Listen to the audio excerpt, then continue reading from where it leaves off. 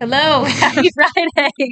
You always tell when Julia and I don't talk about who's going to We were just winging that. I also just realized I'm kind of like out of the... I just realized we're in Christmas colors. Oh my gosh, we are. Oh, nice. I changed after the news because I was wearing a dress that's like not the most comfortable. I get very chilly when I wear it because it's like thin material. And it's cold in here, so. Also, here's Chris. Chris is here. Yeah, I realized that you said something and we didn't show you on screen yet. So, happy Friday, guys. Yay, we made it. We made it. We made it.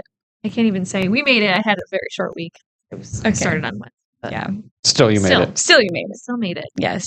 Yeah, and it's we've been saying all week it is a little bit chilly today, but it looks like it's going to warm up heading into the weekend. Yeah. So let's talk a little bit about the weather. Yeah, I mean, a little chilly out there this morning, but the weekend looks good.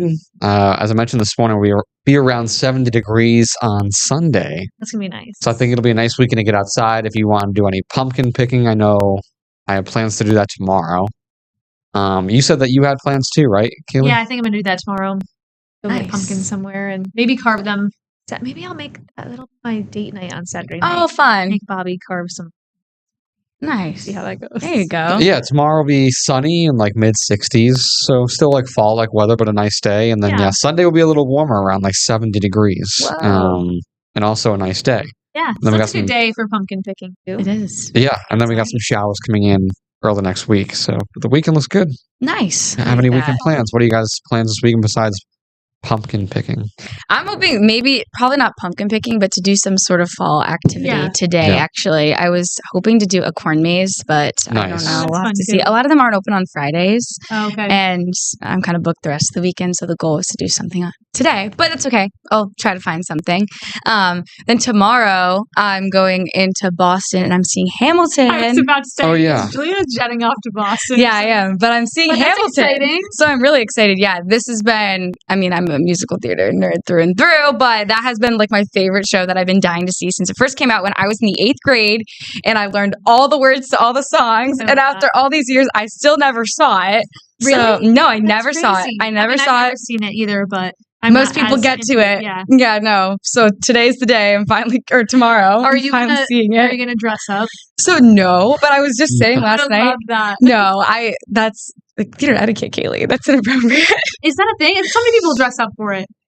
I've seen it as a TikTok trend. Wait, it's bad to dress up when you go to a play? In like the actual theater, that is a little inappropriate. Yeah. Okay, so people were doing that to go see it in like the movie theaters? People were doing that just to do the TikTok trend. Oh, I thought they were dressing up. Maybe in the movie, because they had it in the movie theaters. They had it in the movie theaters. Yeah. So maybe that's what the movie theater, yeah. But no, this is at like the Boston Opera House. I don't know about that one. Not the vibe. But I got this new shirt that I wanted to wear, and then I was going to wear it with like brown plaid pants, and it's white and it has a black sweater vest with it. So I was like, shoot, I kind of look like a founding father. So funny. But it works. I'm going to wear it anyway, I think, because it's a good fall outfit for like night out at the theater.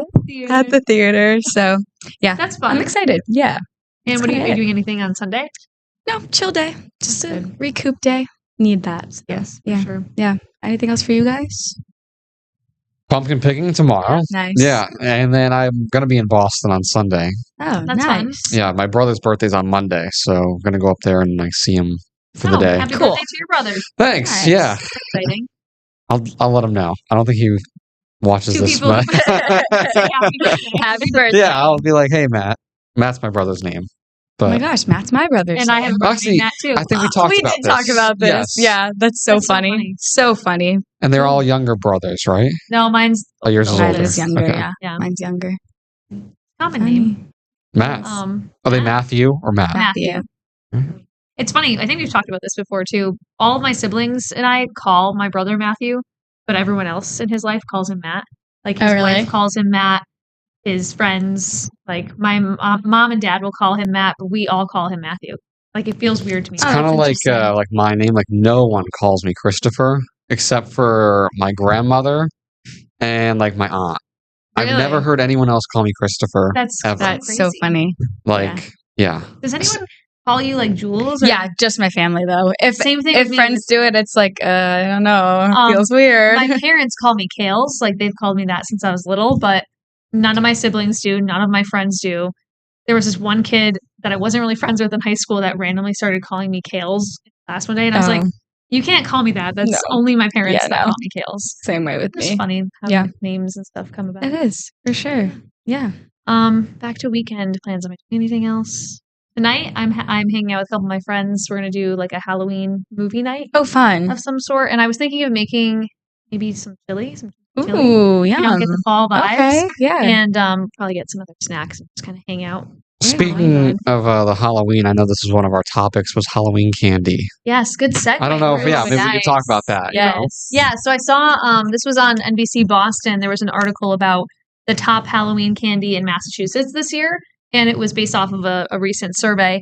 And apparently this year, coming out on top was Sour Patch Kids. Really? Which I thought was kind of interesting. Usually you would think, like, chocolate candies are pretty popular, but nationally, Reese's did come out on top as the preferred Halloween candy. Naturally. And then Kit Kats and Snickers were like among the top 5.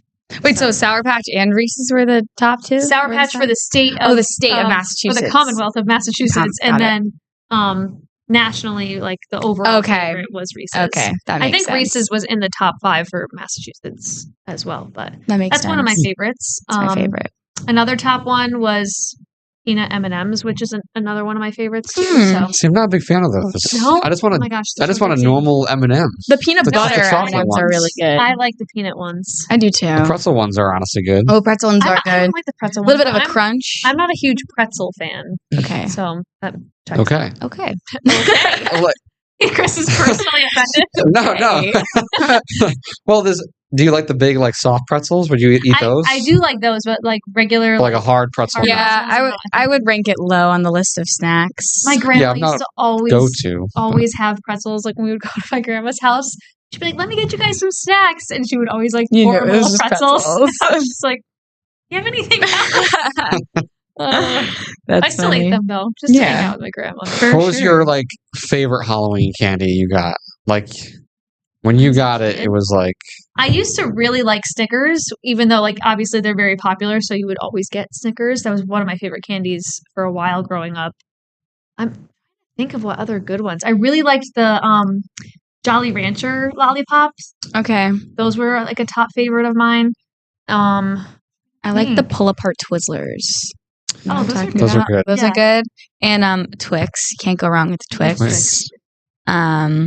Think of what else was kind of like. I don't know. I liked a variety. Like I like dumping out my bag and being able to see like Nerds or Swedish Fish, and then like Reese's, Kit Kat, Snickers, then chocolate. Like a variety of gummy. Would you guys like trade with your siblings? Oh yeah, we would. Yes, for sure. Like pour everything out. Oh yeah. When we got home. I would say Kit Kat was probably my go-to. Was a favorite. That's a good one. I honestly, growing up, was a big fan of Crunch bars. Ooh, okay. I've kind of gotten away from them a little bit, but I remember growing up and like getting Crunch bars and being like so excited I had them. Yeah. Gummy bears. Did you guys ever get like those like York peppermint patties? Yeah, I wasn't a fan. I like them. They're good. I still eat them. They're really good. I like them now. As a kid, it's a great like sweet treat. I was like, ugh, get this away from me. Yeah, but gummy bears, really good. I'm still a big gummy bear fan. Gummy bears. I think Kit Kat. I think Kit Kat is my top. Kit Kat's really good. I also got excited when I would get like a ring pop, especially if they were the Halloween themed ones. They also had those little like those Halloween themed little bags of pretzels, like pretzels, but then they'd also. Oh wait, we were saying we don't like pretzels. Pretzels? That's what I was thinking. Like little snack Halloween bags. I just think of the pretzels. They'd have different ones that were like, you know, the salty snacks and stuff, but they were Halloween flavored. I would get excited if I had a mix of those in there too. Do you guys ever have someone like give you something not candy, like stickers or little fruit? Not fruit. Like something healthy? I don't think fruit. No, I've heard about like the. I wonder if it's changed since I went trick or treating though, because like I don't know, it's been a while. But no, I just remember getting like some snacks, like a pencil, like a Halloween pencil. I got like an eraser. The rings, the spider rings, or spider. Like.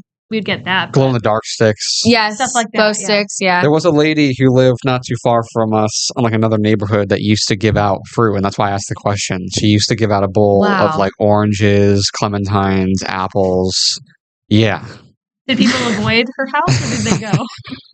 I think it was people that knew it was there tried to avoid it. my friends and I would still just kind of go house to house, and we just knew that it was going to be her. The fruit house. We didn't always eat the apple. We would play with it. Yeah. Or whatever we took.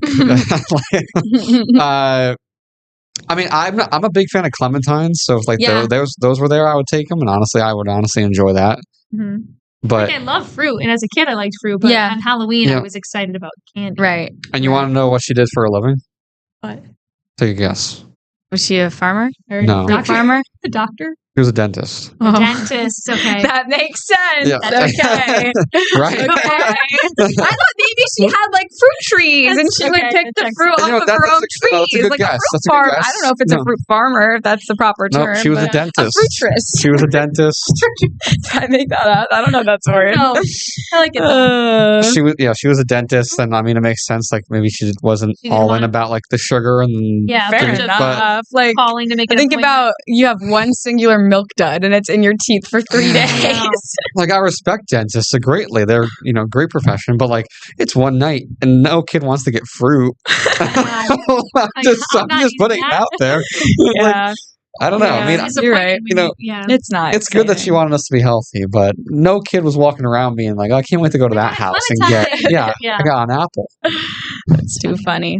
All right, well, we'll take a quick break here and then talk about maybe some other trending stories, and who knows, maybe we'll circle back to Halloween related stories. Maybe. We'll see what happens.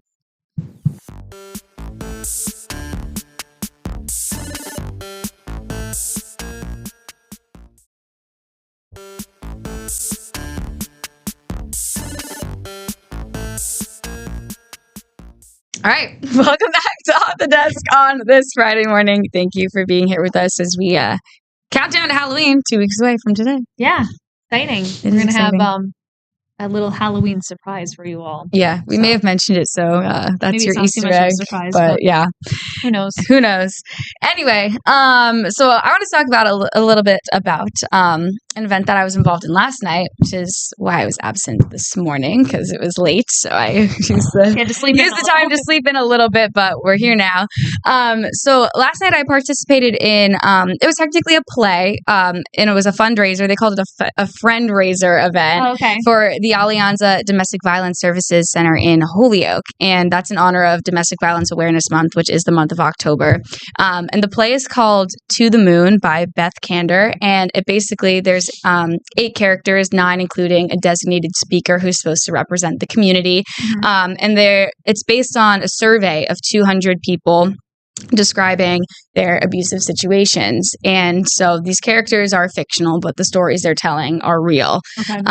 And it was a group of women in the community who have community voices. So I was part of one of them, Brenda Garton, who used to anchor here at 22 News. She played a part. Cassie Sarno, Mayor Saunders' daughter, who works at the Hampden County Sheriff's Department, played a role.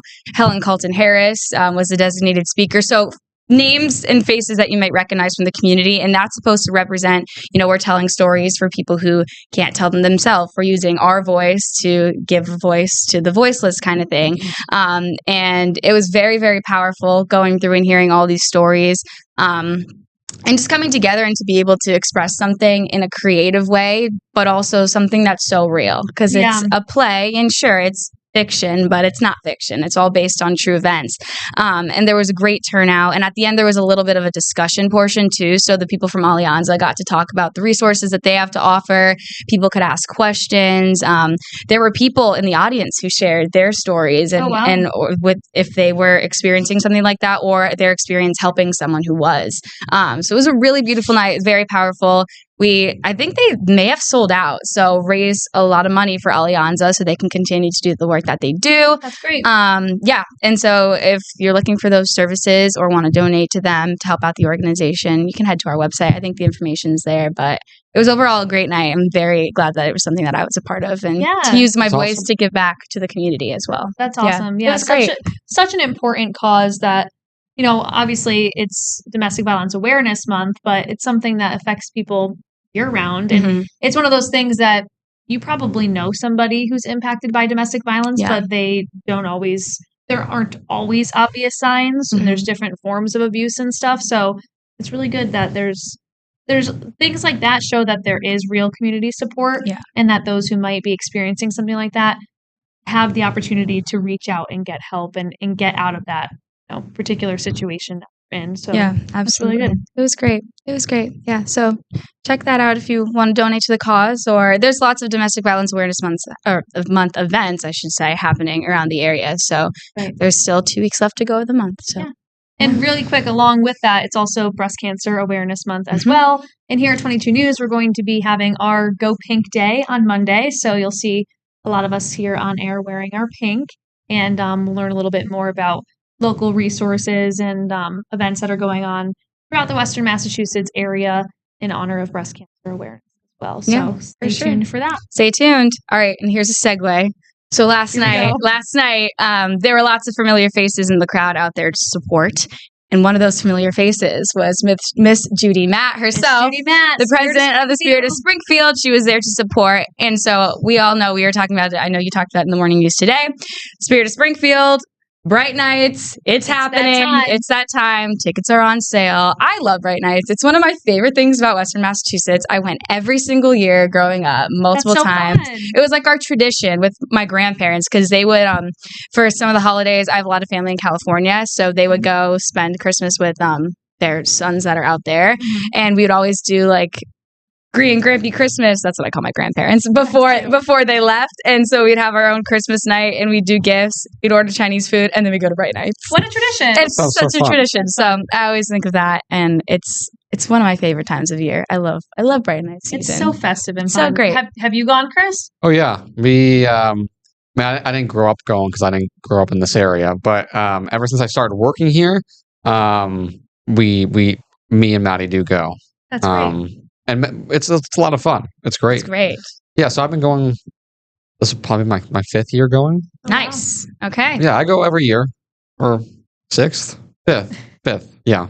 5th or 6th? 5th or 6th year, yeah. I've been going for the last few years. Yeah. You're going to have to get there. I know. I've gone to cover stories when I was here a couple of years ago, but I haven't gone in order to actually enjoy the display. It's just hard from where I was living at the time, and making time to come in on my days off and stuff, because the people that I would go with have different days off and different schedules, so it's just coordinating that. It might be a little easier now that I don't work the weekends, that I could come on a weekend and check it out. So look forward to getting there this year. And I think they said that they've already sold, I think it was over 500 tickets at this point, 600. So that's crazy. That's impressive.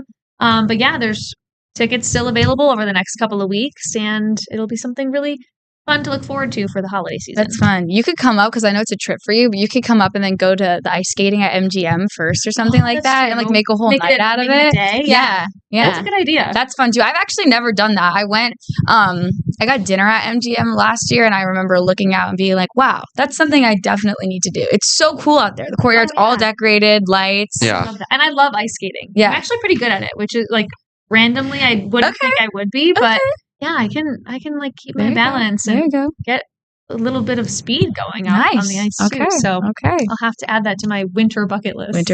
There we go. There you go. Cool. What other? We do have a guest coming in at the end, so I know we have to bring him in eventually. Yeah, we can get a couple of things. Let's see what else we have here. Oh, I thought this was a nice feel good story.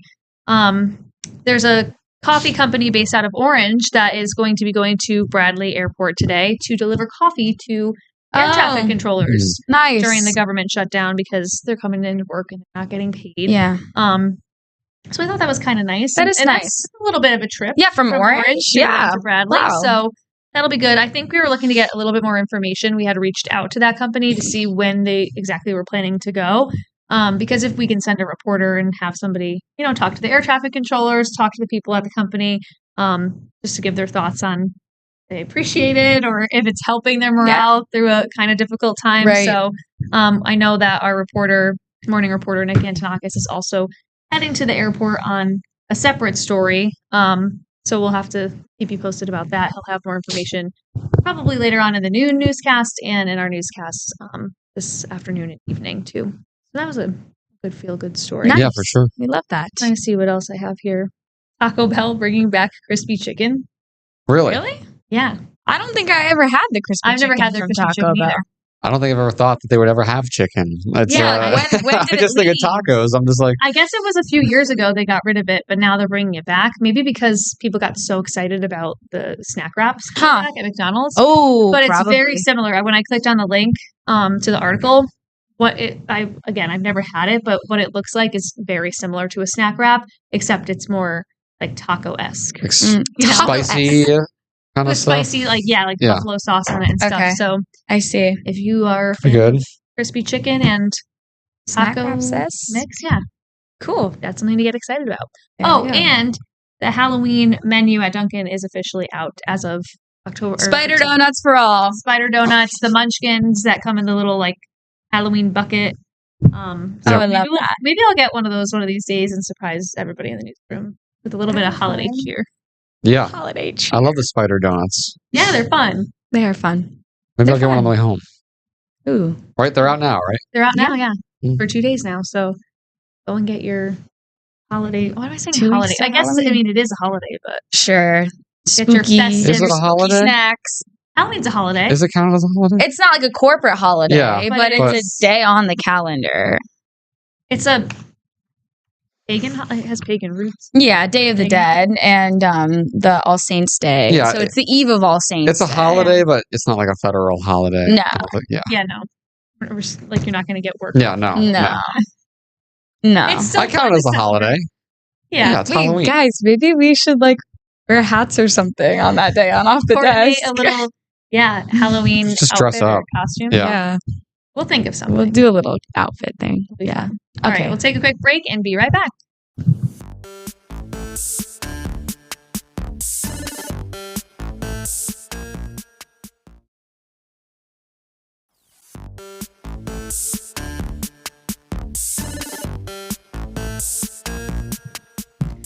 All right, and we're back on this Friday morning. We do have another guest that's joined and took the place of Chris here. Say hi to Patrick. Good morning, everyone. Hi, Patrick. Thanks for being with us. So we hear that you have a very special guest on 22 News in Focus. You did the interview a little bit ago, but it's airing on broadcast on Sunday, correct? You are exactly right. It was my very first guest in this room. It was our general manager, Bob Simone.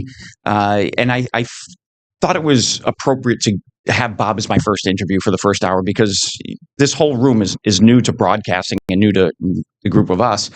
But Bob gives it a different perspective. He's been in the business 50 years, so he's seen the changes from when this market was really just a 2-station or 3-station market up through cable, the launch of cable, VCRs, DVRs, streaming. So he's seen the changes over the course of the last 5 decades. So he's able to bring some perspective to what we're doing today and why it's important, to have us broadcast from this OBS studio here. So, but we then also took a look back in history of WWLP. From the very earliest days. There are some great photos that he had us share. It's really kind of cool to look at the progression of where we were, back in the 1950s to where we are today, 75 years later. And it's fascinating. The two of you and Chris are on there as sort of the modern version. And, then there's, you laugh at some of the hairstyles, the clothing of the folks from the 50s, 60s, and 70s. But it is an interesting look at the history of TV and why we are doing what we're doing in this room each and every day. So absolutely cool. Fascinating. And because he's been at WWLP for how many years? Let's see. I've been here 6, and he was here maybe a year or 2 before me, so 7 or 8, something like that. Okay. So you think about this. So he's the 3rd general manager in this TV station's history. Yeah, which is crazy. In 70-something years, he's only the 3rd person to oversee this entire building and station. So it is, to your point, Kaylee, it is crazy to think of that. The first 2 general managers, both Bills. Both Bills, we're here for Bills and Bob. Bills and Bob. So the next guy will be Barry. Oh, hey, look at that. No, I'm just kidding. But it is interesting. There's only been 3 general managers in this TV station's history, and to hear Bob's perspective, because he started his career here as a young person like all of us, and then his career path was to move around the country to be a general manager. So he was a general manager in Philadelphia, big stations in Philadelphia, big stations in Denver. He was in Lansing, Michigan. I'm trying to think of the other places he was at, but but he was born and raised here in the West Springfield area, and started his career here, went around the country, and came back and is here now. I didn't realize he started his career here too, and it's been there are some and I use the word groovy because there's some groovy photos of Bob with that 1970s mustache, and it's kind of funny, but it's a great perspective look back. Oh, for sure. We look forward to checking it out and hearing a little bit more about the history, because we've obviously heard stories from people who have been here for a long time. I love the stories. A few decades. I love them. Worked, with the previous bills and other people, all of like the talent who have flown through this building. So it's always really cool to hear those stories, and especially from people who've had like personal experiences with the people that are now, maybe they're at the top 10 markets and still in television news, and other people who've maybe switched to something else. But it's definitely cool to hear about. It's interesting, though, if you look at the employees who work here, there are very few remaining that have been here for decades. Right. You know, it's the newer crew that are coming in. But, so we have to rely on that experience and that longevity to understand where we were and how we need to move into the future. Oh, I love that. Mic drop. What a that was great. Sunday, 12 noon to 1 p.m. right here on 22 News or on the 22 News Plus app all the time. Well, great. Check it out. You beat us to having Bob on your show. So I know. Oh, I thought you already had him. Trying to get in here. Oh, I thought you already had him. I know. He'll pop his head in every now and again and say hello, but funny. We have to have him come in and do like a sit-down conversation, which we're planning to do within the next couple of weeks. Good. Yeah. It'll be great. It's going to be great. All right, Patrick, thank you for joining us here. We look forward to seeing the show on Sunday, and we hope that everybody has a nice weekend. We'll see you next week. Thank you. Bye.